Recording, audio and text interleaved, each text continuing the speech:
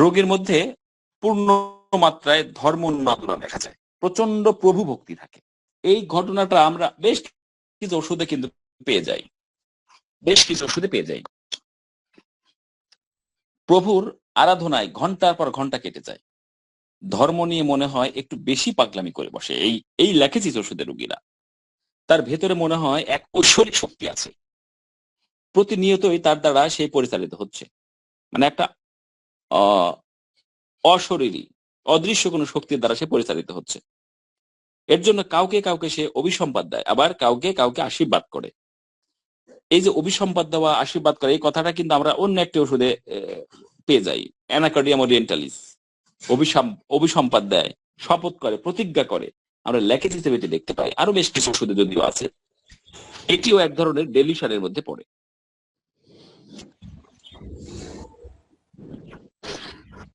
বিষাদগ্রস্ত এবং নিশ্চুপ, ল্যাকেসিস নিশ্চুপ, মন মরা।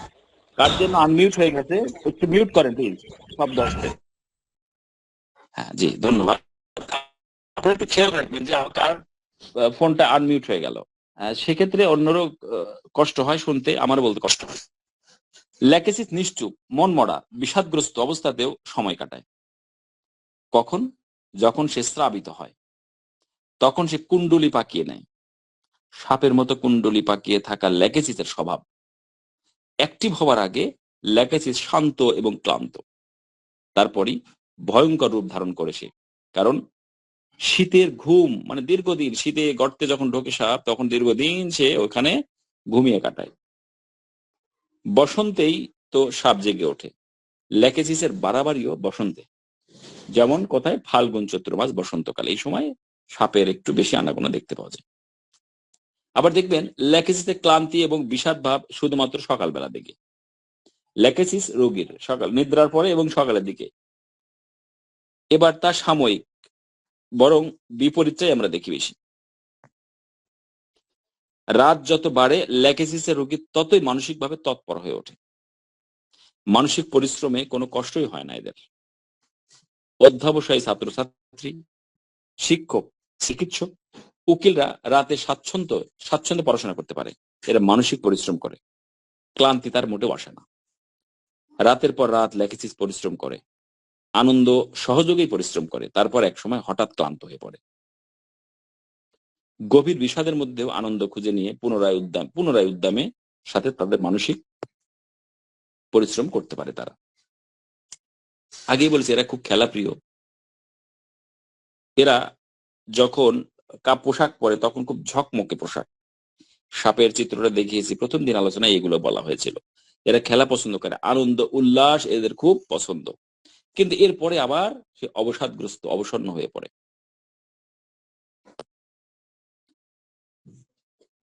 এছাড়াও আরো কিছু গুরুত্বপূর্ণ লক্ষণ। সাপের মল কালো এবং দুর্গন্ধযুক্ত। ল্যাকেসিসের মলও কালো এবং দুর্গন্ধযুক্ত। সাপ তার কাছাকাছি কাউকে থাকতে দেয় না, বড় স্পর্শকাতর এরা। ব্যথার সাথে ঘাম, যত ঘাম তত ব্যথা। রজনিবৃত্তির সময়ে ওষুধ এটা। রজনিবৃত্তি মানে কি? মেনোপজ। মেনো মানে কি? রক্তস্রাব। পজ মানে বন্ধ, স্টপ, থেমে থাকা, থামানো। দেখবেন টিভি দেখতে গিয়ে পজ করে দেওয়া, কিংবা কম্পিউটার দেখতে গিয়ে পজ করে দিলে থেমে যায়।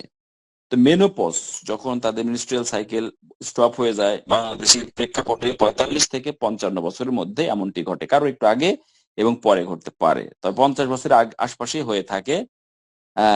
নারীদের যেমন, বালিকাদের যেমন, বা 10 বছর থেকে 13 বছরের মধ্যে, 12 বছরের মধ্যে মিনিস্ট্রিয়াল সাইকেল স্টার্ট হয়, তখন তাদের শারীরিক মানসিক অনেক পরিবর্তন সাধিত হয়। এবং অনেক বালিকারা সে সময় একটু ভয় ভীতগ্রস্ত হয়। যখন তাদের মিনিস্ট্রিয়াল সাইকেল ওপেন হয়, তখন তারা ভীত সন্ত্রস্ত হয়ে যায়। এই সময় মায়েদের সঙ্গে তাদের একটা বন্ধুসুলভ আচরণ গড়ে উঠতে হবে। সে মাকে সে বিষয়ে জানতে হবে। আপনারা পেশেন্টদেরকে সেভাবেই বলবেন। অবশ্যই বালিকাকে তার মা নিয়ে আসবে, অবশ্যই বন্ধু সুলভ আচরণ তাদের সঙ্গে করতে হবে, বান্ধবীর মধ্যে থাকতে হবে। বাবা ছেলের সঙ্গে বন্ধু নাও হতে পারে, কিন্তু মেয়ে মায়ের সঙ্গে বন্ধুত্ব থাকতে হবে। ওই সময় যখন তার ব্লিডিং হয়, তখন সে ভয় পেয়ে যায়, আতঙ্কগ্রস্ত হয়ে যায়। এবং সেটা লজ্জার কথা মনে করে কাউকে বলেও না, হয়তো সে জানে কি অ্যাক্সিডেন্ট হয়ে গেল, কি সমস্যা, কারণ এ ব্যাপারে তার কোনো অভিজ্ঞতা নেই। আমাদের পুস্তকগুলা তো এই ব্যাপারে ওইভাবে শিক্ষাদানের ব্যবস্থা নেই। তো এই বিষয়ে অবশ্যই খেয়াল রাখতে হবে। এ সময় যেমন তাদের শারীরিক মানসিক ব্যাপক পরিবর্তন সাধিত হয়, তেমনি ঠিক এই যে মেনোপজ যখন এটা স্টপ হয়ে যাবে, বন্ধ হয়ে যাবে, তখনও নারীদের মধ্যে এমন পরিবর্তন সাধিত হয়। এ সময় তাদের মধ্যে কিছু আহ মানে এত পরিবর্তন হয় যে সে নারীরা ভয় পেয়ে যায়। শিক্ষিত সচেতন যারা, তারা বই পুস্তক পড়েছেন, তারা বিষয়টি জানে, কিন্তু অধিকাংশ যারা স্বল্প শিক্ষিত বা এই ব্যাপারে জ্ঞান অর্জন করতে পারেন না, তারা কিন্তু ভীত সন্ত্রস্ত হয়ে যায়। কি হলো আমার, এমন হচ্ছে কেন, হিট ফ্লাশিং হচ্ছে কেন, আমার কোমরের এদিক থেকে এক ধরনের গরম ভাব, গরম বাতাস, এক ধরনের গরম হিট ফ্লাশিং উপরের দিকে ধাবিত হচ্ছে, মাথা পর্যন্ত উঠে ঘেমে যাচ্ছে, তখন মনে হচ্ছে যে শরীর থেকে সবকিছু খুলে ফেলে দেই, এমনটি মনে হয়। এটা ল্যাকেসিসের একটি গুরুত্বপূর্ণ লক্ষণ, এই জন্য এটাকে রজনী বৃত্তিকালীন ওষুধ বলা হয়। তো এই বিষয়েও তাদের বললে জ্ঞান দিতে হবে, তারা যেন এদের ভিতরে সন্ত্রস্ত না হয়, কারণ তাদের যখন এটা বন্ধ হয়ে যাওয়ার পর তাদের ইউটেরাস আস্তে আস্তে ছোট হয়ে যাবে। কারণ এটা ওপেন যখন হয় তখন সন্তান ধারণ ক্ষমতা তার চলে আসে, যখন ক্লোজ হয়ে যায় তখন সন্তান ধারণ ক্ষমতাও তাদের চলে যায়। হঠাৎ করে শরীরে গরম উচ্ছ্বাস এবং হট ফ্লাশিং হয়, যেটা বললাম, রোদ একেবারে এদের অসহ্য। আচ্ছা, এবার নামের মধ্যে আমরা ল্যাকেসিস মুটা লক্ষণ সমূহ অন্তর্নিহিত আছে, আমরা দেখবো সেটা। ল্যাকেসিস, LACHESIS, তারপর MUTA, পুরোটা পুরো অক্ষরের আমরা এটা দেখবো। তাহলে প্রথমে এল, এলতে কি, লোকোয়াসিয়াস মানে বাচাল, লোকোয়াসিয়াস মানে বাচাল। এলতে লেফট সাইডেড কমপ্লেইন্স, রোগ সাধারণত বাম পাশ থেকে শুরু হয়, পরে ডান দিকে যেতে পারে, নাও পারে। তাহলে এলতে আমরা পেলাম কি, লোকোয়াসিয়াস এবং লেফট সাইডেড কমপ্লেন। এবার এতে দুইটি লক্ষণ এখানে, অ্যাট্রাকটিভ পার্সোনালিটি, খুব আকর্ষণীয় ব্যক্তিত্ব। বললাম না, এরা খুব ঝকমকো চাকচিক্য মূল্য পোশাক পরে আসে, সাজগোজ করতে খুব পছন্দ করে, লিকলিকে চেহারা হয়, সুন্দর, হ্যাঁ, যেমন সাপের ছবি দেখিয়েছি সেরকম এর আকর্ষণীয় ব্যক্তিত্ব হয়। অ্যাগ্রাভেটেড, এতে অ্যাগ্রাভেশন আফটার স্লিপ, ঘুমের পরে সব লক্ষণ এদের বেড়ে যায়। তাহলে এল দিয়ে পেলাম, এ দিয়ে পেলাম। এবার সি দিয়ে, ক্লোদিং টাইট অ্যাগ্রাভেশন, আটশাট কাপড়ে বৃদ্ধি, এরা কখনো আটশাট পোশাক পছন্দ করতে পারে না, দম আটকে আসে। কনকনে শীতের মধ্যেও এরা গলাতে মাফলার জড়াতে পারে না, ওড়না পেঁচাতে পারে না, বোরখা গলার কাছে বোতাম লাগাতে পারে না, রাত্রে শোয়ার সময় লেপটুকু তারা গলা পর্যন্ত নিতে পারে না, তাদের নিঃশ্বাস মনে বন্ধ হয়ে আসে। নাক মুখ ঢেকে শোয়া তো সেটা আর পরের কথা। আচ্ছা, তাহলে শীত আরেকটা কি পাবো, ক্যানট বেয়ার কনস্ট্রিকশন, গলায় বা কোমরে আটসাট কিছু পড়তে পারে না, অর্থাৎ কনস্ট্রিকশন এই ওষুধের একটি গুরুত্বপূর্ণ লক্ষণ। আমরা এবার এইচ হারি, ব্যতিব্যস্ত, এরা তাড়াতাড়ি করে, তাড়াহুড়ো করে সবকিছুতে, হারিনেস। এটা কিন্তু আরো কিছু ওষুধে আছে, আমরা মার্কুরিয়াস পাই, হিপারসাল পাই, আর্জেনাইটিকাম সহ আরো বেশ কিছু ওষুধে আমরা এটি পাই। তারপরে হেমোরেজিক টেন্ডেন্সি, রক্তপাতে প্রবণতা, কারণ ল্যাকেসিস সাপের বিষ থেকে তৈরি, এটা যখন শরীরে প্রবেশ করে তখন রক্ত বিশ্লিষ্ট হয়ে যায়, রক্ত আর জমাট বাঁধতে পারে না, তখন পাতলা হয়ে যায়, তখন এরা কোনো জায়গা থেকে রক্ত বের হওয়ার সুযোগ পেলেই ফসফরাসের মতো তীব্র বেগে রক্ত বের হতে থাকে, এবং সেক্ষেত্রে মাড়ি, জরায়ু, নাক এই জায়গা দিয়ে রক্ত পড়তে দেখা যায়, রক্তস্রাব হতে দেখা যায়, এটাকে বলে হেমোরেজিক টেন্ডেন্সি। রক্ত সাধারণত গাঢ় এবং কালচে হয়। এইচ গেল। এবার এক্সেসিভ লোকোয়াসিটি, অতিরিক্ত কথা বলে, এক বিষয় থেকে আরেক বিষয়ে চলে যায়, যদিও ওখানে এলতে লোকোয়াসিয়াস বলা হয়েছে। এসতে সেন্সিটিভ, স্পেশালি টু টাচ, মানে খুবই সংবেদনশীল, স্পর্শকাতর। একটু মিউট করেন, কার জন্য আনমিউট হয়ে গেছে। বিশেষ করে গলা এবং আক্রান্ত জায়গা টাচ করলেই তাদের কষ্ট। আপনারা জানেন যে সাপের সবচেয়ে শক্তি কোথায় থাকে, গলায় থাকে, সাপুরেরা গলাতেই ধরে, গলাতে ধরলে সাপের শক্তি শেষ হয়ে যায়। তো এদের সমস্ত শক্তি কেন্দ্রবিন্দু মানে গলাতে। এর জন্য এই জায়গায় তারা মাফলার পছন্দ জড়াতে পারে না, কোনো ওড়না জড়াতে পারে না, লেপ পর্যন্ত নিতে পারে না, কোনো টাইট পোশাক গলার কাছে বেশি কষ্ট হয়। এবং ডক্টর কনস্ট্যান্টাইন হেরিং তিনি যখন এই ওষুধটি প্রুভিং করেন তখন তিনি তার মৃত্যু পর্যন্ত কখনো গলায় টাই বাঁধতে পারেননি। লেকেসিসের রোগী পুরুষ হলে সে কখনো গলায় টাই বাঁধতে পারবে না, টাই পড়লেও তাদের জন্য খুবই কষ্ট হবে।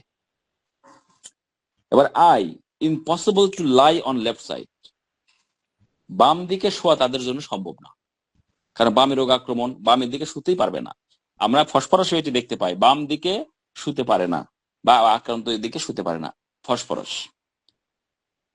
এবার ইনটলারেন্স টু হিট, আইতে ইনটলারেন্স টু হিট মানে ইনটলারেন্স মানে অসহ্য, গরম অসহ্য, ঠান্ডা পরিবেশ ভাল লাগে। এসতে সেন্সিটিভিটিনেস, এসতে সেন্সিটিভনেস মানে স্পর্শকাতরতা থাকে। সেপটিক স্টেট টেন্ডেন্সি আরেক এসতে, অর্থাৎ সেপটিক বা পচনশীল অবস্থা, আলসার, গ্যাংগ্রিন, বিষাক্ততা বা টক্সিমিয়া, এই ধরনের অবস্থা এই ওষুধের রোগীর মধ্যে আমরা দেখি। ল্যাকেসিস গেল। এবার মুটা, এমতে ম্যালিসিয়াস হিংসুক, বিদ্বেষ পরায়ণ, এই রোগীর একটা প্রচন্ড হিংসুক, ঈর্ষাকাতর আমরা জানি। মেনোপোজ কমপ্লেন, এমতে মেনোপোজ কমপ্লেন, মেনোপোজের সমস্যা, ওই সময় মেনোপোজ যখন হয় তখন হট ফ্লাশিং হয়, মানসিক অস্থিরতা আসে। এবার ইউতে আনগ্রেটফুল, এরা অকৃতজ্ঞ হয়।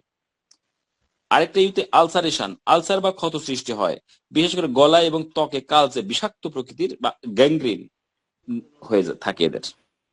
এবার টিতে টকেটিভ অ্যান্ড জেলাস, অতিরিক্ত কথা এবং হিংসা সন্দেহ প্রবণতা এদের মধ্যে থাকে, জেলাসি ফিল করে, যেটার ব্যাখ্যা কিন্তু দিয়েছি, জেলাসি কাকে বলে, আবার এনভি বা হিংসা কাকে বলে, এই ব্যাখ্যা কিন্তু আলাদা পার্থক্য আমি স্লাইডে দিয়ে দিয়েছি। হ্যাঁ, আগামীকালকে পুরো স্লাইড আমরা দিয়ে দেব। আরেকটা টিতে থ্রট হকিং অ্যামেল, হকিং মানে গলায় খেকারি দেওয়া, থ্রট গলায় খেকারি দিলে এর উপসম্বোধ করে, গলায় মনে হয় কিছু বেঁধে আছে, সে ওই গলা এভাবে খেকারি দেয়, তাহলে তারা একটু উপসম্বোধ করে। এতে লাস্টের এতে এলিমেন্ট ফ্রম জেলাসি, হিংসা থেকে তাদের অসুস্থতা দেখা যায়। অকেনিং অ্যাগ্রাভেটস মানে ঘুম থেকে ওঠার পরে তাদের রোগ বাড়ে, এটা কনফার্মেশন কিনোটস। তাহলে এই যে আমরা ল্যাকেসিস মুতা প্রত্যেকটা লেটার দিয়ে তৈরি, এই বিষয়গুলো যদি আমরা মনে রাখি তাহলে আমরা এই ওষুধের মোটামুটি চিত্রটা আমরা অনেকটা আমরা আয়ত্তে রাখা সহজ হবে। এবার হ্রাস বৃদ্ধি দেখব। বৃদ্ধি ঘুমের সময় কিংবা ঘুমের পরে, প্রত্যেকটা ওষুধের হ্রাস বৃদ্ধি খুবই গুরুত্বপূর্ণ, সেটা অ্যাকিউট ক্ষেত্রে হলেও ক্রনিক ডিজিজের ক্ষেত্রে হলেও। ঘুমের পরে কিংবা ঘুমের সময় এদের বৃদ্ধি, বাম দিকে বৃদ্ধি, সন্ধ্যায় বৃদ্ধি, বসন্তকালে বৃদ্ধি, গরমে গরম পানিতে স্নান করলে বৃদ্ধি, কারণ এরা গরম কাতর, সামান্য চাপ বা সংকোচনে বৃদ্ধি, গরম জল পান করলে বৃদ্ধি, চোখ বুঝলে বৃদ্ধি, মানে চোখ বুঝলে ঘুম আসবে, ঘুম নিদ্রায় বৃদ্ধি, এমনি চোখ বুঝলে না, ঘুমান নিদ্রায় বৃদ্ধি, এটা বলা হয়েছে। স্রাব হ্রাস, স্রাব নির্গত হলে মানে ওই যে নির্গমনে নিবৃত্তি। হ্যাঁ, প্রচন্ড মেনস্ট্রিয়াল মানে ডিসমেনোরিয়া হচ্ছে, বাদক ব্যথা, প্রচন্ড ব্যথা, সেক্ষেত্রে যদি পিরিয়ড হয়ে যায় বা ভালো লাগে, লিকোরিয়া স্রাব হলে ভালো লাগে, কানে ব্যথা যন্ত্রণা পুজ বের হলে ভালো লাগবে, পানি বের হলে ভালো লাগবে, ফোরাতে যন্ত্রণা টাটানো পুজ বের হলে ভালো লাগবে, এরকম স্রাব হলেই তাদের সব কষ্ট উপশম হয়, গরম সেক দিলে উপশম হয়, খোলা বাতাসে উপশম, ধীরে বাতাস করলে উপশম, ঠান্ডা পানি পানে উপশম, জোরে চাপ দিলে উপশম, কিন্তু আস্তে চাপ দিলে স্পর্শকাতর বা কষ্ট বাড়ে, সেটা কিন্তু আগে আলোচনা হয়েছে। এবং ঢিলে পোশাকে উপশম, টাইট পোশাক পরতে পারে না, ঢিলে পোশাক উপশম। এটা ছিল আমাদের ল্যাকেসিস সম্পর্কে আলোচনার আমার স্লাইডের নোট, লাস্টে ইয়ে থাকবে। তবে এবার আমরা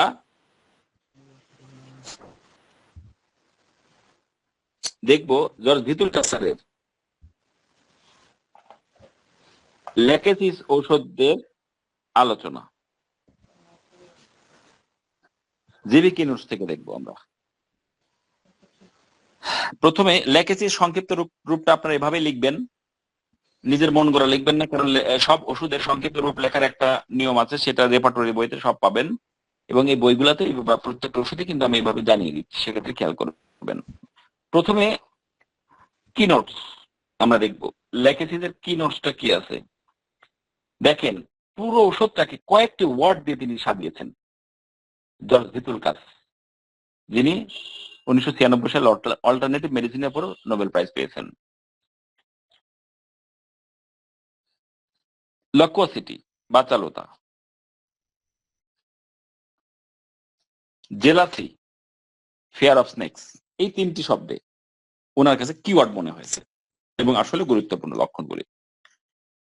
তাহলে অতিরিক্ত কথা বলা, হিংসা বা ঈর্ষাপরায়ণ বা সাপের ভয়, এই তিনটি কথাই উনি সাজিয়েছেন কিওয়ার্ড হিসেবে।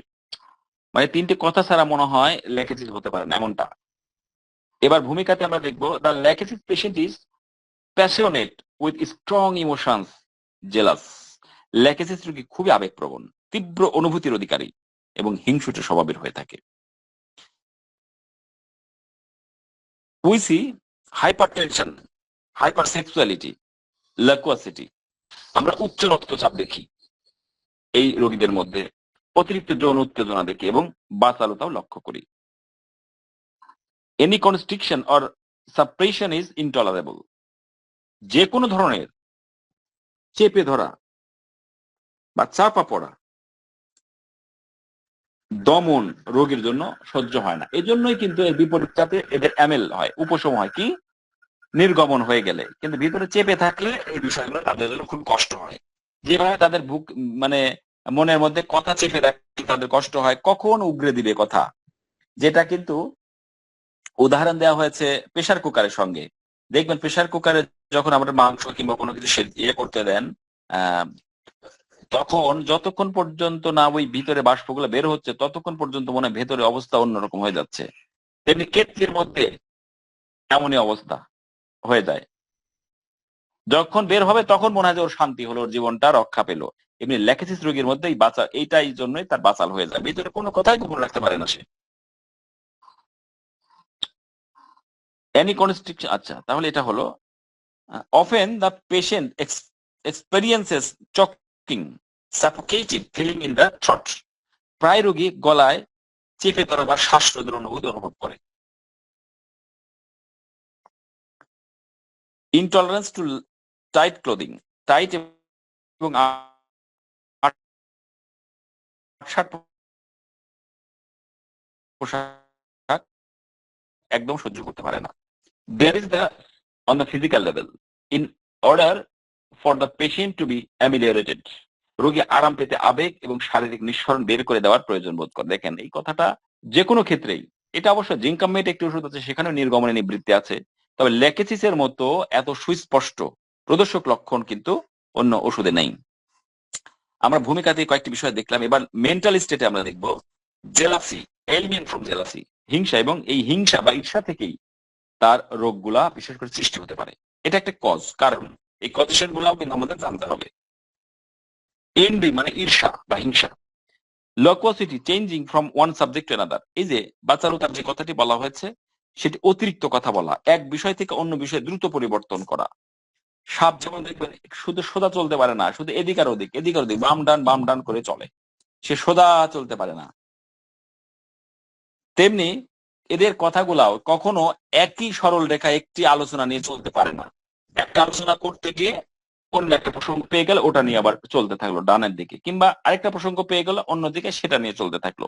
এটাই এর peculiarity. Fear of snakes, dream of snakes. দেখেন সাপের ভয় পায়, আবার সাপের স্বপ্নও দেখে তারা। ল্যাক্কানাইনাম ওষুধেও কিন্তু সাপের ভয় আছে, সাপ স্বপ্ন দেখে। ল্যাক্কানাইনাম, কিন্তু ল্যাক্কানাইনাম তো ল্যাক্কানাইনাম, সেটা চিলি মরিচ, কাঁচা মরিচ খুব পছন্দ করে, ঝাল পছন্দ করে। লক্ষণগুলো পরিবর্তনশীল, বামে যায় একবার, ডানে, ডান থেকে বামে, বামে থেকে ডানে, এভাবে অল্টারনেটিভলি চেঞ্জ।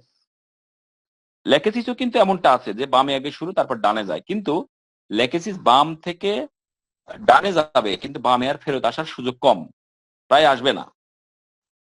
কিন্তু লেক্কেনাইনাম বামে যাবে, বাম থেকে ডানে, আবার ডান থেকে বামে, সেটা সকালবেলা বামে, হয়তো বিকেলের দিকে ডানে, আবার পরের দিন সকালে বামে, বিকেলের দিকে ডানে, এরকম হতে পারে। আবার একদিন বামে একদিন ডানে, এমনটাও হতে পারে। কিন্তু অনেক ক্ষেত্রে আপনারা দেখবেন যে নাকের পলিপস যারা আছে, নেজাল পলিপস, সেক্ষেত্রে কিন্তু এক নাক বন্ধ হয়ে আরেক নাক খুলে যায়, এটা একটা সাধারণ ঘটনা। এটার ক্ষেত্রে ল্যাকেনি নাম দিয়ে কিন্তু আবার ভুল করবেন না, যে এটা একটা স্বাভাবিক ঘটনা যে ল্যাকেজ সরি নেজাল পলিপ হলে পারেন এক নাক বন্ধ হবে এক নাক খুলে যাবে, এটা একটা সাধারণ ঘটনা, কিন্তু এটা কমন সিমটম। এটা এই জন্য প্র্যাকটিস অফ মেডিসিনও জানতে হবে যে কোনটা কমন সিমটমের গুরুত্ব আমাদের কাছে কম। আচ্ছা, তাহলে প্রিমিনিস্ট্রিয়াল সিনড্রোম, স্যাডনেস বিফোর মেন্সেস, মাসিকের আগে মানসিক সমস্যা হয় তার, এবং সেটা যখন মাসিক হয়ে যায় তখন তার আরাম বোধ করে। ওই একই কথা, নির্গমনে নিবৃত্তি, এটা ভেরি ভেরি ইম্পর্টেন্ট সকল ক্ষেত্রেই। কথা বলার ক্ষেত্রে কথা মানে উগরে দিল সে, ভালো লাগলো তার, এবার সে শান্তি, যতক্ষণ বলতে পারছে ততক্ষণ তার কষ্ট। তেমনি পিরিয়ডের ক্ষেত্রেও, সাদস্রাবের ক্ষেত্রেও, পুজের ক্ষেত্রেও, যে যাই হোক না কেন, যতক্ষণ পর্যন্ত ওটা বের না হবে মানসিক অশান্তিতে সে ভুগবে, একটা অস্থিরতা, একটা কষ্ট তার অনুভব করবে। যেই সেটা বের হয়ে যাবে তেমনি সে ভালো বোধ করবে, এ কথা যেন ভুল না হয়।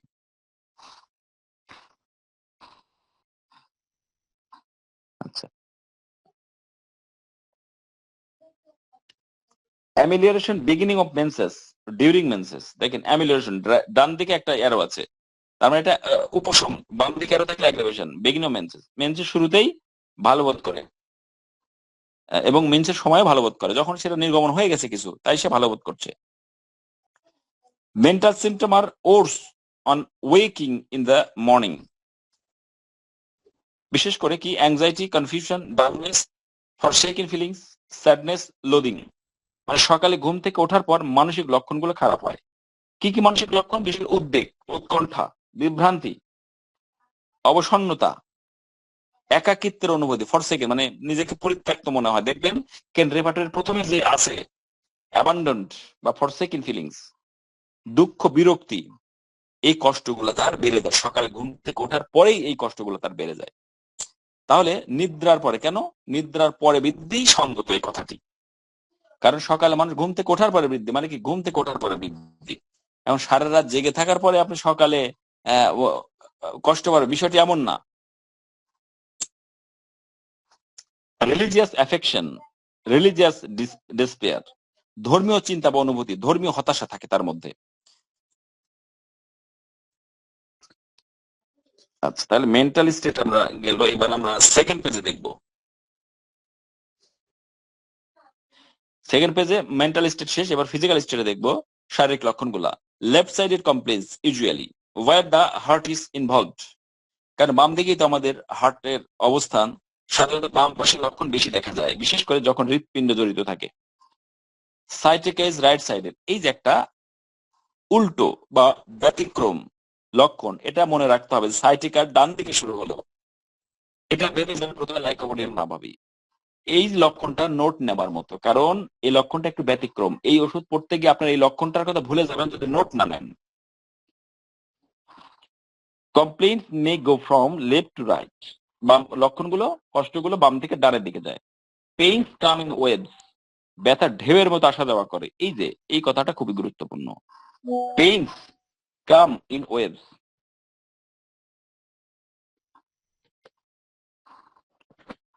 ব্যথা ঢেউয়ের মতো আসা যাওয়া করে। সিমটমস, লক্ষণ সমূহ কি কি? ডিসমেনোরিয়া, ডিস মানে ব্যথা, মেনোরিয়া মানে স্রাব, রজস্রাব, মানে ব্যথাযুক্ত মাসিক হলে তাকে ডিসমেনোরিয়া বা বাধক ব্যথা বলে, বাধক ব্যথা বলে। এটা হলে অনেক সময় বন্ধ হওয়ার সম্ভাবনা থাকে। ব্যাক পেইন, পিঠের ব্যথা, হেড পেইন, মাথা ব্যথা, অ্যান্ড মেন্টাল সিমটম এটসেট্রা, এই লক্ষণগুলো থাকে। এবার অ্যাগ্রাভেশন বিফোর মেন্সেস, মেন্সের আগে তার কষ্টগুলো বাড়ে, এবং beginning of menses when flow begin, যখন তার প্রবাহটা, গতিটা থাকে নির্গমনের, ব্লাড ব্লিডিং হতে শুরু করে, তখন কষ্টগুলো কমে যায়।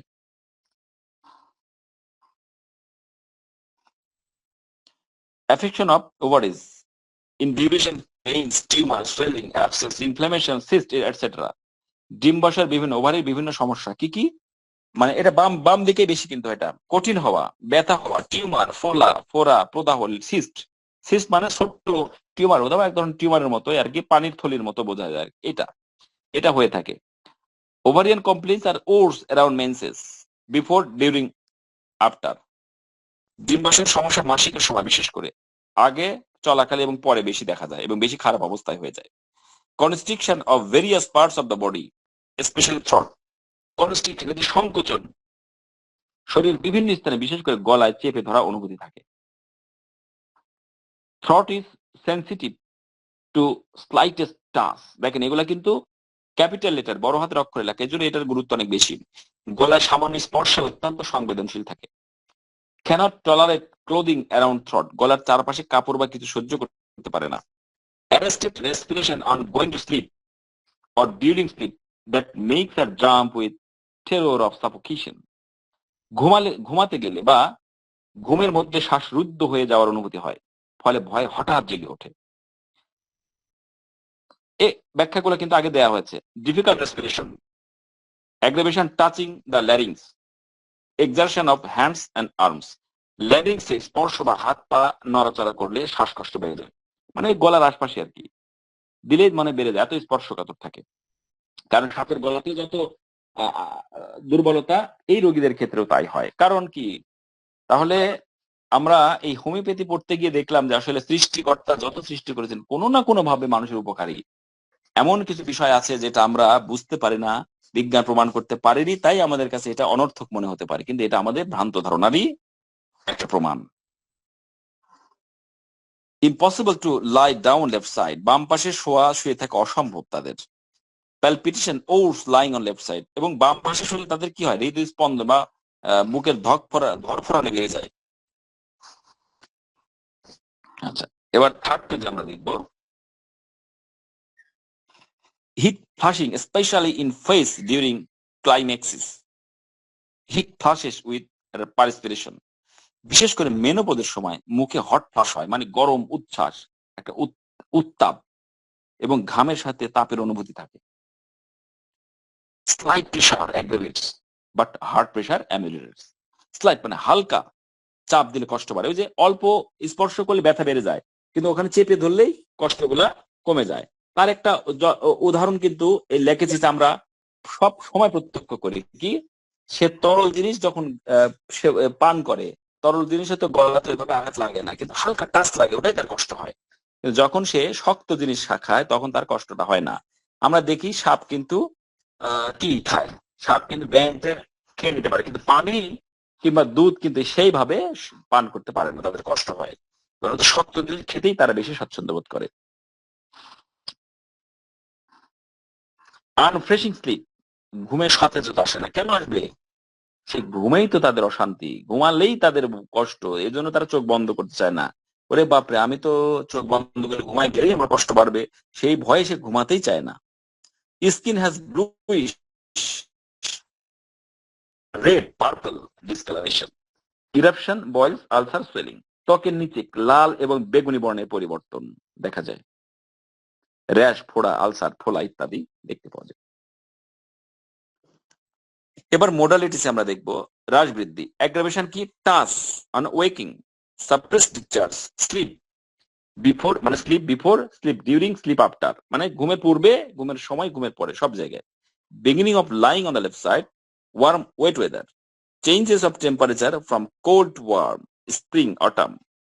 অর্থাৎ বৃদ্ধিটা হয় কখন, স্পর্শে, ঘুম থেকে ওঠার পর, নিঃসরণে, দমন হলে, ঘুমের আগে মধ্যে পড়ে, বাম পাশে শোয়া থেকে শুরু করলে তার কষ্ট বাড়ে, গরম এবং আর্দ্র আবহাওয়ায় বাড়ে, ঠান্ডা থেকে গরমে তাপমাত্রা পরিবর্তনে কষ্ট বাড়ে, বসন্ত এবং শরৎকালে সাপের উপদ্রব যেমন বাড়ে, এই রোগীগুলোর কষ্টগুলো বেড়ে যায়। Amelioration, beginning of menses, discharge, loosening, clogging, hard pressure. তার আরম্ভ তো হয় কি, মাসিক শুরু হলে, মানে এদের নিঃসরণ, নির্গমনে নিবৃত্তি, নিঃসরণ হলে, কাপড় ঢিলা করলে, জোরে চাপ দিলে তাদের কষ্টগুলা কমে যায়। রেভিডি রিলেশন কমপ্লিমেন্টারি, লাইকোনাইট্রিক অ্যাসিড, হিপারসাপ, ক্যালকিরিয়াম, ফসফরাস। এই তো, এই ছিল আমার লেকেসি সম্পর্কে ভিতুল ক্যান্সারের জিবিকি নোটস থেকে আলোচনা। এবার মোটামুটি ধারণা হয়েছে আপনাদের লেকেসিস সম্পর্কে। এবার লেকেসিসের সংক্ষিপ্ত চিত্র, মাত্র কয়েকটা লক্ষণ আমাদের জানতেই হবে। 3 দিনের আলোচনা শেষে আজকে দেখব যে কোন লক্ষণগুলো আমাদের লেকেসিস রোগীর মধ্যে বাদ দেওয়ার সুযোগ নেই, বা অধিকাংশ লক্ষণই থাকবে। 1 নম্বর, নিদ্রায় বৃদ্ধি। এই কথাটি ভুলে গেলে চলবে না ল্যাকিসিসের ক্ষেত্রে। আরো বেশ কিছু ওষুধে থাকলেও এই ওষুধটা এত প্রমিনেন্ট যে কথা বলা যাবে না। 2 নম্বর কি? বামে রোগ আক্রমণ এবং বৃদ্ধি। 3 নম্বর গরমে এবং রৌদ্রে বৃদ্ধি। 4 নম্বর নির্গমনে নিবৃত্তি। এর ব্যাখ্যা দিয়েছি, এখন ব্যাখ্যা নিষ্প্রয়োজন। তারপরে কেউ না বুঝলে আমাকে বলবেন, আমি আবার ব্যাখ্যা দেওয়ার চেষ্টা করবো। 5 নম্বর 8-60 পোশাকে কষ্ট বৃদ্ধি, কিন্তু ঢিলে ঢালা পোশাকে স্বাচ্ছন্দ্য বোধ করে। 6 নম্বর বাচালতা, সন্দিগ্ধ এবং ঈর্ষাকাতর। 7 নম্বর ধীরে ধীরে অথচ দূর হতে পাখার বাতাস চায়, সাপও ঠিক তেমন। আমি এটার একটা রোগী লিপির কথাও বলেছি গতদিন, লিখেছি ওষুধে। সামান্য 8 নম্বর সামান্য স্পর্শ যন্ত্রণাদায়ক, কিন্তু কঠিন চাপ অসহনীয় এবং আরামদায়ক। 9 নম্বর সর্বভীতি, সাপের ভয় আছে, স্বপ্নেও সাপ দেখে। 10 নম্বর রজনী বৃত্তিকালীন ওষুধ এটি, তার ব্যাখ্যা কিন্তু দিয়েছি। এই সমাপ্ত। এটাই ছিল ল্যাকেসি সম্পর্কে 3টি ক্লাসের আলোচনা শেষে সমাপ্তি আলোচনা। প্রিয় উপস্থিতি, আশা করি ল্যাকেসিস ওষুধ সম্পর্কে আপনাদের একটি সুন্দর ধারণা হয়েছে। এখন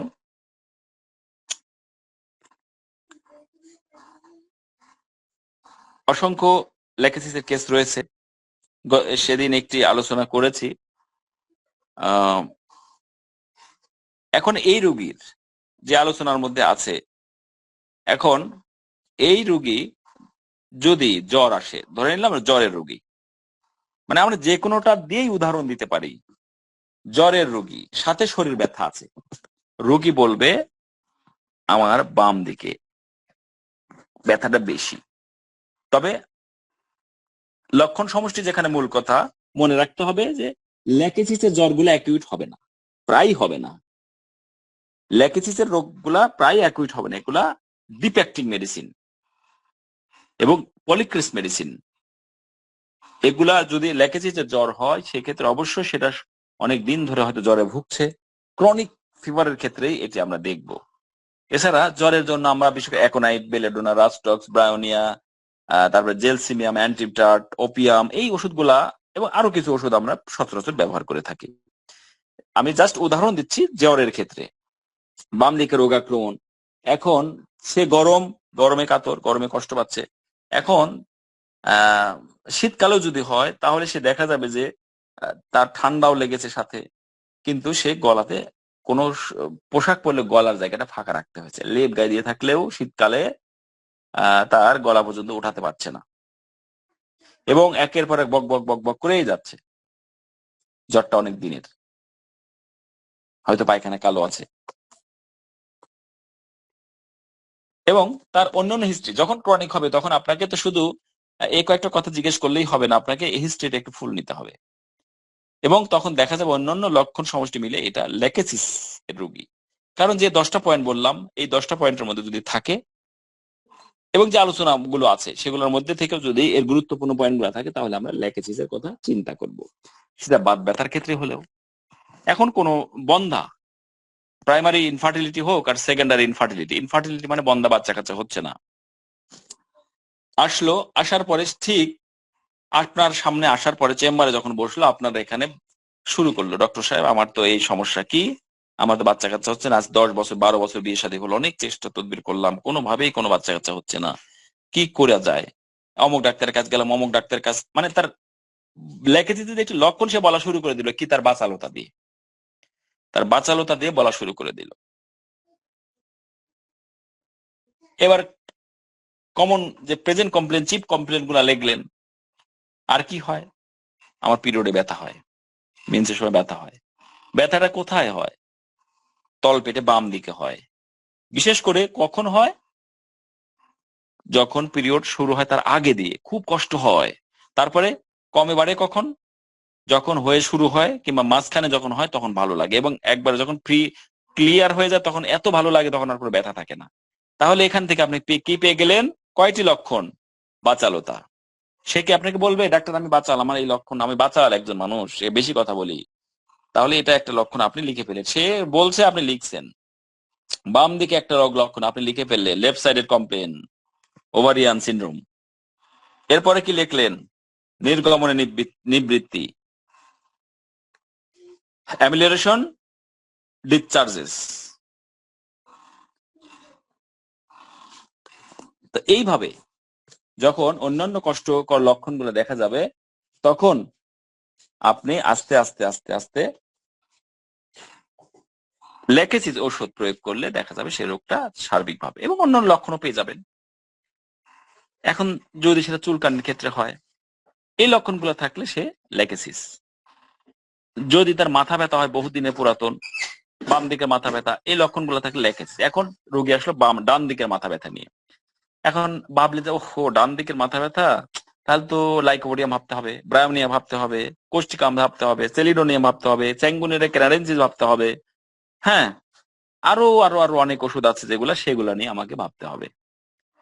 কিন্তু লক্ষণ আপনাকে বলছে টাইট পোশাক পরতে পারে না রোগী, আপনি কিন্তু মাথার মধ্যে ওই যে ডান দিকে রোগ মাথা ব্যথা সেটা নিয়েই আপনি আছেন, এবং এটা নিয়েই আপনার কাছে এসছে। এবার অন্যান্য যে কমপ্লেন গুলো আছে সেই বিষয়গুলো নিয়ে আপনি অ্যানালাইসিস করছেন, কিন্তু আপনার মাথার মধ্যে ঘুরছে ডান দিকে মাথা ব্যথা, ডান দিকে। কিন্তু আপনি যদি দক্ষ হন, আপনি যদি অভিজ্ঞ হন, তাহলে বলবেন যে আসলে মাথা ব্যথা কতদিন হলো, আর বলেন 10 বছর।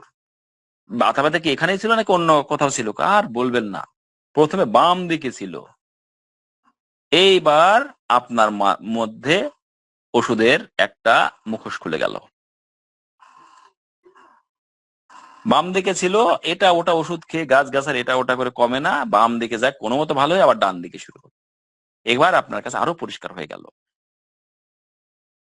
আরো পরিষ্কার হয়ে গেল। এখন প্রশ্ন থাকবে কারো যে ডান দিকেরই মাথা ব্যথা, বাম দিকে রোগী বলতেও পারছে না, আবার আসলে বাম দিকে হয়নি, কিন্তু অন্যান্য সকল কষ্টগুলো তার লেকেসিসের। টাইট পোশাক পরতে পারে না, গরমে বৃদ্ধি রোদ সহ্য করতে পারে না, নির্গমনে নিবৃত্তি, বাচালতা, সবকিছু আছে, শুধু ডান দিকে। তাহলে কি লেকেসিস হবে না? অবশ্যই লেকেসিস হবে। একটা লক্ষণ কখন একটা ওষুধের, মানে এই ধরনের যে জেনারেল সিমটম যেগুলো, একটা ওষুধকে পুরোটা অন্য ওষুধে রূপান্তরিত করতে পারে না। লক্ষণ সমষ্টি যেখানে রয়েছে সেখানে এই কথাটাই আমাদের মাথায়। এবং সে বলছে আমার গলাতে মাঝে মাঝে সমস্যা হয়, তখন তরল জিনিস খেতে কষ্ট হয়, কিন্তু শক্ত জিনিস, ভাত কিংবা অন্য শক্ত জিনিস খেলে কষ্ট কমে যায়। এই যে অদ্ভুত লক্ষণগুলা, এগুলো আপনাকে লেকেসিসের দিকেই ফোকাস করবে, এবং লেকেসিস ওষুধ দিলেই তার ডান দিকের মাথা ব্যথা কমে যাবে। আগে উদাহরণ দিয়েছি, অলংকারের উদাহরণ আমি দিতে পারি, এগুলো আর বলতে চাচ্ছি না। একটা লক্ষণ না থাকলে কি হবে? ন্যাট্রামিরে লবণ না খেলে কি ন্যাট্রামিউর হবে না? অবশ্যই হবে।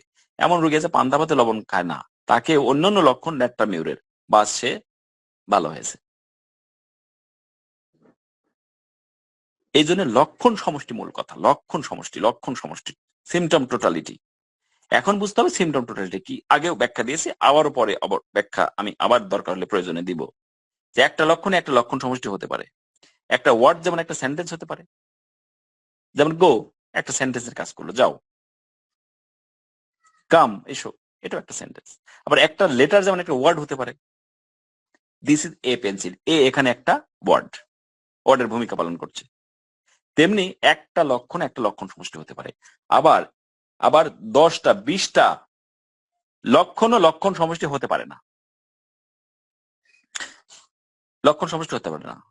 এখন লেকেসিসের রুগী আসলো, লেকেসিস এসে বলছে যে ডক্টর সাহেব আমার প্রচন্ড মাথা ব্যথা, আমার মাসিক ঋতুস্রাবে কষ্ট, পেট ব্যথা, ঠিক মতো ঘুম হয় না, শরীর দুর্বল, পায়খানা কষা, অস্থির,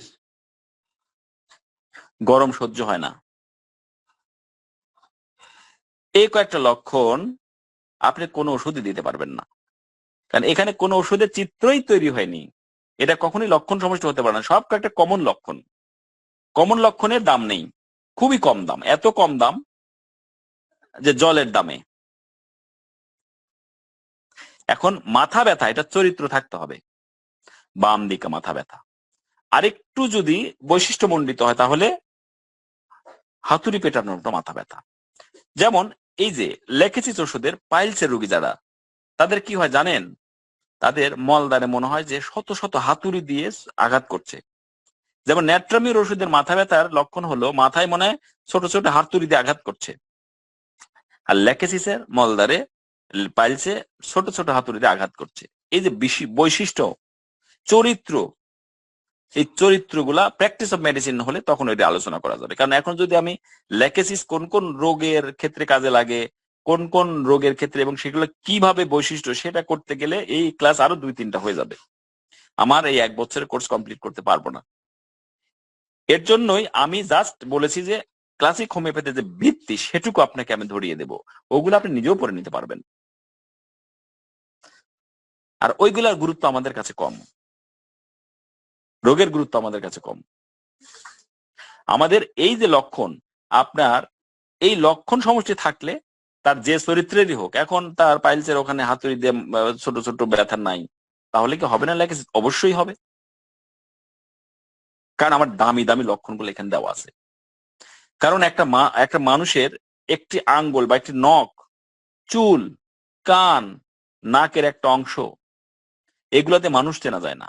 মানুষ চিনতে হলে তার হাইট, উচ্চতা, তার প্রস্থ, ফেস, গায়ের রং, এগুলা সবচেয়ে বেশি জরুরি। এবং সবচেয়ে বেশি জরুরি হলো তার মুখ, মুখমণ্ডল। এইটুকু থাকলে পুরো মানুষ, পুরো শরীর দেখার দরকার নাই। তাহলে মুখমণ্ডল থাকলেই মানুষ চেনা যাবে, এটা অমুক, চেনা যাবে। আবার মুখমণ্ডল না দেখেও মানুষ চেনা যাবে কিভাবে? একটা লক্ষণ, একটা দিয়ে, একটা কথা দিয়ে। তাকে দেখা লাগবে না। একটা অন্ধকার ঘরে 100 জন মায়ের 100 জন 15 বছরের সন্তান বা 20 বছরের ছেলে আছে এক রুমের মধ্যে, এবং মায়েরা সব বারান্দায় বসে আছে। এখন যে মা বলল আমার ছেলে তুহিন, তখন ওই ছেলেটা ঠিক বুঝবে যে আমার মা ডেকেছে। বলতে হবে না যে এটা অমুক ডেকেছে, মোসাম্মদ অমুক ডেকেছে, অমুকের মা, এটা বলতে হবে না। তেমনি কোন সন্তান যখন ওই ঘরের মধ্যে থেকে বলবে যে মা তুমি আছো, তার মাই ঠিক বলবে যে আমার ছেলে ডেকেছে। এইভাবে লক্ষণগুলো চিনতে হবে, এইভাবে লক্ষণ চিনতে হবে। এবং আপনি যত পড়বেন, এই যে ল্যাকেসিস আলোচনাটি হলো, যত পড়বেন, বারবার পড়বেন এগুলা, আমি ততবার আপনার ভিতরে এটা একদম সেট হয়ে যাবে। মুখস্থ করবার দরকার নেই, কিন্তু আত্মস্থ, এটাকে আত্মস্থ বলে। আপনি মুখস্থ করে এটা মনে রাখতে পারবেন না। তখন আর এটা মনে করবেন না যে আমার নোটই সব, এটা নয়। এটা ঠিক আমি ইংলিশ ভার্সন, বাংলা ভার্সন বই মিলেই আমিও নোটগুলো তৈরি করেছি খুব যত্ন করে। এটা পড়লেই নতুনদের জন্য যথেষ্ট, কিন্তু আপনাকে এটা না, আরো অনেক বই পড়তে হবে। আরো ভালো কিছু করতে হলে, সামনের দিকে এগিয়ে যাওয়ার জন্য আরো অনেক ভালো বই পড়তে হবে। তখন আপনার মধ্যে এই ল্যাকেসিসের একটি পূর্ণ চিত্র তৈরি হবে। সেই সাথে আরেকটি টিপস আমি দেই আপনাদের, যে কোনো ওষুধ পড়বার ক্ষেত্রে, বা এর আগেও বলেছি আবারও বলছি, আপনার বাড়ির মধ্যে অনেক সদস্য রয়েছে, আপনার বন্ধু মহল রয়েছে, আপনার অফিসে রয়েছে, আপনার কর্মস্থলে রয়েছে, অনেকেই। আপনি যে ওষুধটা পড়বেন, আপনি দেখবেন যে এই ক্যারেক্টারের সঙ্গে কার মিলে যায়। আপনার মিসেস কে ল্যাকেসিসের রোগী না পালসেরিলার রোগী? যে ম্যাম দেখছেন, তার হাজবেন্ড কিসের রোগী? মার্কসলের রোগী, লাইকোপোডিয়ামের রোগী, না কিসের রোগী? এটা আপনি এই লক্ষণের সঙ্গে মেলাবেন। আপনার মা কিসের রোগী, কোন ওষুধের সঙ্গে মিলে যাচ্ছে, আপনি ওইটা সেট করার চেষ্টা করবেন। তাহলে প্রাথমিক দিক থেকে আপনি ওই ওষুধটা মনে রাখা আপনার জন্য সহজ হবে। আপনার মা পালসেটিলার, বাস আপনার মাকে দেখলেই, হ্যাঁ মা এই যে নম্র, ক্রন্দনশীল, অল্পে কেঁদে ফেলে, অন্য দুঃখ কষ্ট সহ্যই করতে পারে না। আবার আপনার বোন ল্যাকেসিসের, আপনার যা ল্যাকেসিসের, সে প্রতিশোধ পরায়ণ, তাকে একটা কথা বলে সাথে সাথে প্রতি উত্তর।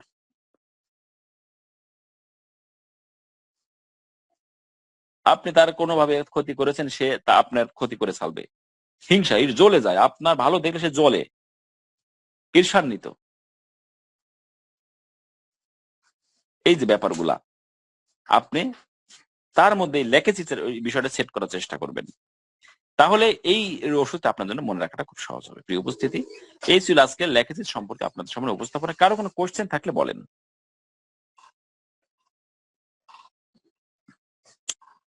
আচ্ছা বলতে থাকেন। আর আচ্ছা রিফাত ভাই, জি বলেন রিফাত ভাই বলেন। আর আমরা তো করেছি হচ্ছে ল্যাক্টিসিস গরম কাতর ওষুধ। জি জি আগে আবার পড়লাম গরম থেকে হচ্ছে উপশম করে। এটা যদি একটু চিকিৎসা ব্যবস্থা, এটা কিন্তু রেকর্ড হচ্ছে না, রেকর্ড ক্লোজ করে দিয়েছি। হোমিওপ্যাথি আবিষ্কার হলো ডক্টর স্যামুয়েল হ্যানিম্যানের হাত ধরে 1790 সালে প্রথম, তারপর 1796 সালে পরিপূর্ণভাবে। এবং ডক্টর স্যামুয়েল হ্যানিম্যান মারা গেলেন 1843 সালে। মনে রাখবেন, এই তথ্যটা আপনি জানতে হবে। আর বায়োকেমিকের আবিষ্কার হলো, মানে হোমিওপ্যাথি হ্যানিম্যান মারা গেলেন, পরলোক গমন করলেন 1843 সালে। তারপরে কিন্তু অর্গান মেডিসিন 6 এডিশন 1842 সালে লিখে শেষ করে গেলেন। প্রতিষ্ঠিত, সেটা পাবলিশ হতে 1921 সাল লেগে গেল। কিন্তু উনি যেটা লিখে গেলেন ওটাতে তো কারো হাত দেওয়ার অধিকার আর নেই। অর্গান মেডিসিনের উপর কেউ লিখলে নতুন করে পুস্তক লিখতে হবে তাকে। তো তাহলে ওখানেই হোমিওপ্যাথির পরিপূর্ণতা উনি দিয়ে গেলেন, বললেন যে হোমিওপ্যাথি এখন this is the perfected method. এটা সত্যের খুব কাছাকাছি একটি জিনিস আমি রেখে গেলাম, আমি বৃথা জন্মগ্রহণ করি না, এই কথাটি আপনারা অনেকেই পড়েছেন। তার মানে এটা পরিপূর্ণ করে গেলেন মোটামুটি। তবে উনার ফর্মুলা অনুযায়ী, উনার যে হোমিওপ্যাথির নীতিমালা, এই নীতিমালা অনুযায়ী আপনি ওষুধ প্রস্তুত করতে পারবেন। উনি কিন্তু গবেষণার দ্বার বন্ধ করে যাননি, গবেষণার দ্বার উন্মোচন করে গেছেন। কিন্তু সেই প্রকৃতির নীতিমালা, অর্গানের নীতিমালার মধ্যে থেকে করতে হবে, যেটা স্বতঃসিদ্ধ প্রমাণিত সেটার মধ্যে থেকে। আচ্ছা গেল। এখন আসি বায়োকেমিক। বায়োকেমিক চিকিৎসা ব্যবস্থাটা আবিষ্কার হয়েছে কবে জানা আছে? 1873 সালে। ডক্টর সুশলার অত্যন্ত মেধাবী একজন হোমিওপ্যাথ ছিলেন। হোমিওপ্যাথির 7 পিলার্স, 7টি খুঁটির মধ্যে he is one of them, তিনি ছিলেন অন্যতম। কিন্তু উনি মনে করলেন মানুষের শরীরের মধ্যে 12 ধরনের সল্ট, টিস্যুস রেমিডির সল্ট রয়েছে। এই কোনটার ঘাটতি হলে সেটা পূরণ করলে তার রোগ আরোগ্য হয়ে যাবে, এটাই উনি ভেবেছিলেন। এটাকে কেন্দ্র করে উনি এই টিস্যু রেমিডি বলা হয় বায়োকেমিককে, এটা আবিষ্কার করলেন 1873 সালে। That is Samuel Hahnemann sir মৃত্যুর 30 বছর পরে উনি বায়োকেমিক আবিষ্কার করলেন। কিন্তু তেমনি একজন মিশ্রপ্যাথ ছিলেন, যিনি বাংলাদেশ হোমিওপ্যাথি বোর্ডের মধ্যে এটি প্রবেশ করিয়ে দিয়েছেন সিলেবাসে। সেই যে ঢুকিয়ে দিয়েছেন, ওখানে আর কোনো ক্লাসিক হোমিওপ্যাথের পরশ বা ক্ষমতার পরশ পড়েনি, যে কারণে এখনো ওটা ভালো তবিয়াত আছে। কিন্তু মনে রাখতে হবে, হোমিওপ্যাথের অথরিটি হ্যানিম্যান, হোমিওপ্যাথের authority organ medicine, Bangladesh homeopathy board নয়। বিশ্বের সব জায়গাতে বায়োকেমিক চলে না, বিশ্বের সব জায়গার হোমিওপ্যাথি কলেজে বায়োকেমিক চলে না, বাংলাদেশ ও আরো কয়েকটি দেশে বায়োকেমিক চলে। তাই আপনি যদি জেনে থাকেন, বিশ্বাস করেন, একটি রোগী ব্রায়োনিয়ার, তাকে ব্রায়োনিয়া দিলে আরোগ্য হবে, আপনি তো ব্রায়োনিয়াই দিবেন, তাকে কি কোনো বায়োকেমিক ওষুধ আপনি দিবেন? আমার এই প্রশ্নের উত্তরটা একটু দেন তো প্লিজ, আব্দুল সালাম ভাই, কি দিবেন বলেন? না স্যার, সদস্য ব্রায়োনিয়া, অনুসারে সেটাই দিতে ব্রায়োনিয়া দিলে আরোগ্য হবে না? জি স্যার। তাহলে আমি কেন তাকে আমি বায়োকেমিক দিব? কেন দিব জানেন?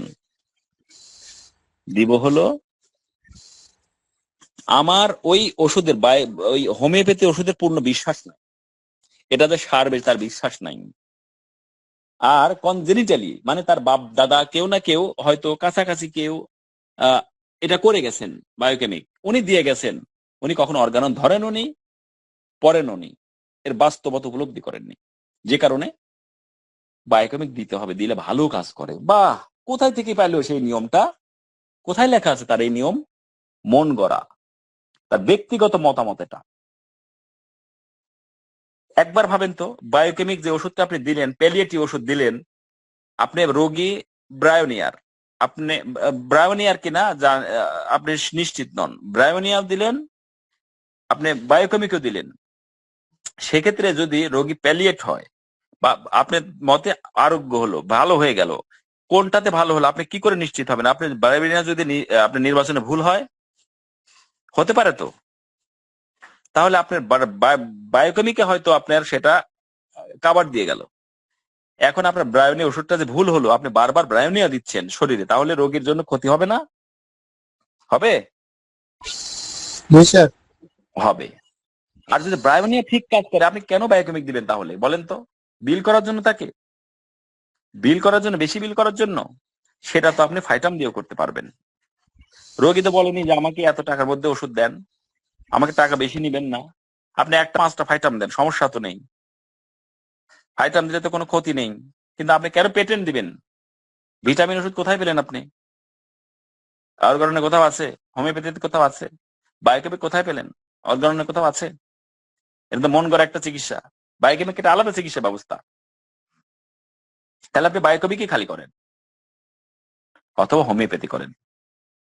এখন বাংলাদেশ হোমিওপ্যাথি বোর্ড করেছে বলে কলেজগুলোতে পড়ানো হয়, কিন্তু এটা তো অথরিটি না। তাই আমরা বায়োকেমিক ওষুধ দেব না, কারণ দিলে কি ক্ষতি হবে? আপনি হোমিওপ্যাথি দিলেন একটা ক্রনিক ডিজিজের ক্ষেত্রে, কোনটাতে ভালো হচ্ছে? এটাতে প্যালিয়েট হচ্ছে। হোমিওপ্যাথি চিকিৎসা ব্যবস্থা ভিতর থেকে বাইরে বের করে দিবে হেরিং লড অনুযায়ী, আর অন্য সমস্ত প্যাথি ভিতর দিকে দিবে। এখন বললেন যে বায়োকেমিক তো পরীক্ষিত, কি পরীক্ষিত? হোমিওপ্যাথির মতো পরীক্ষিত? সুস্থ মানুষের দেশে প্রুভিং করা হয়েছে। হোমিওপ্যাথি ফার্মাকোপি অনুযায়ী যেভাবে ওষুধগুলা শক্তিকৃত করা হয়েছে, সেটা কি সেভাবে করা হয়েছে? হয়নি। সব জায়গাতেই তালগোল পাকানো, সব জায়গাতে ত্রুটি আছে।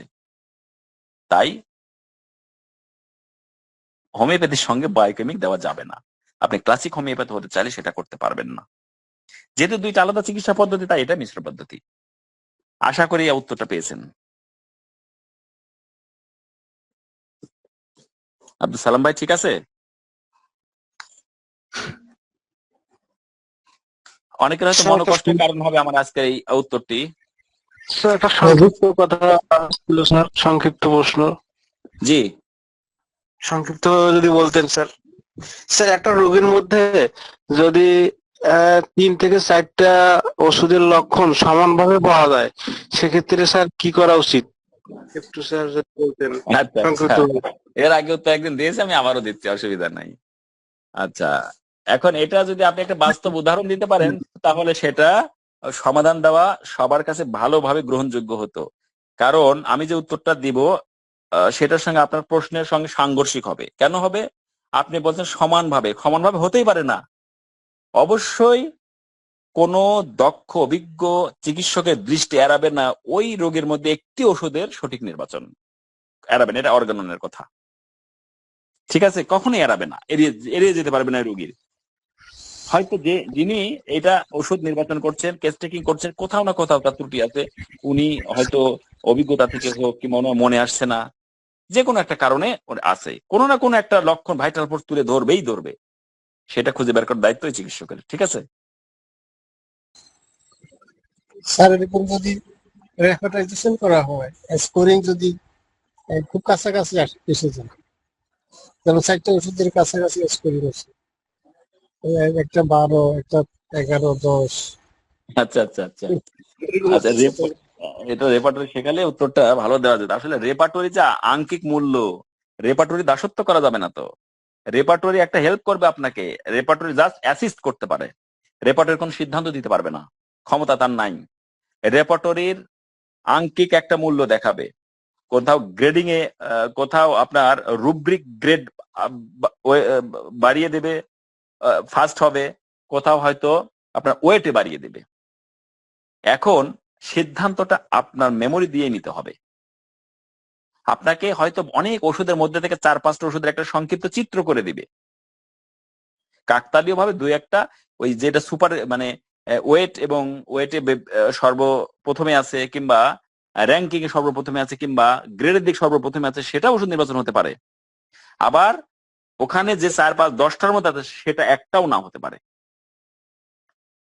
সেটা ডিপেন্ড করবে কোন ওষুধের লক্ষণে গুরুত্ব বেশি সেটার উপরে।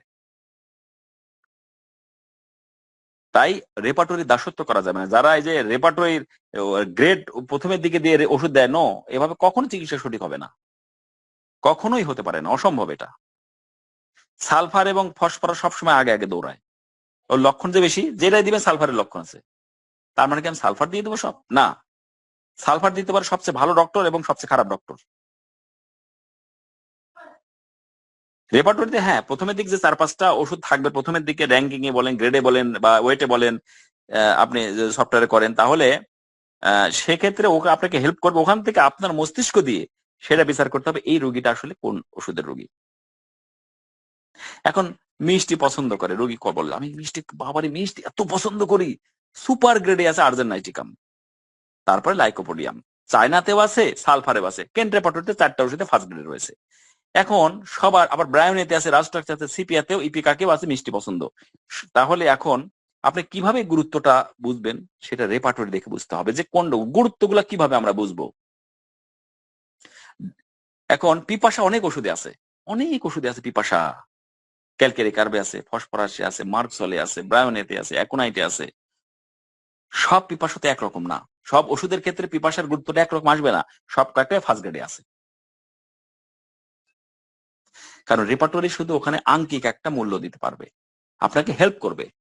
Repertory always helps to select a single remedy, not final authorised authority. ঠিক আছে? তবে আপনি যেটা বলেছেন, আপনার পাশাপাশি যারা আছে তাদের সঙ্গে একটু আলোচনা করবেন যে আসলে এইখানে আমার বুঝতে এটা সমস্যা হচ্ছে, এখানে কোন লক্ষণ।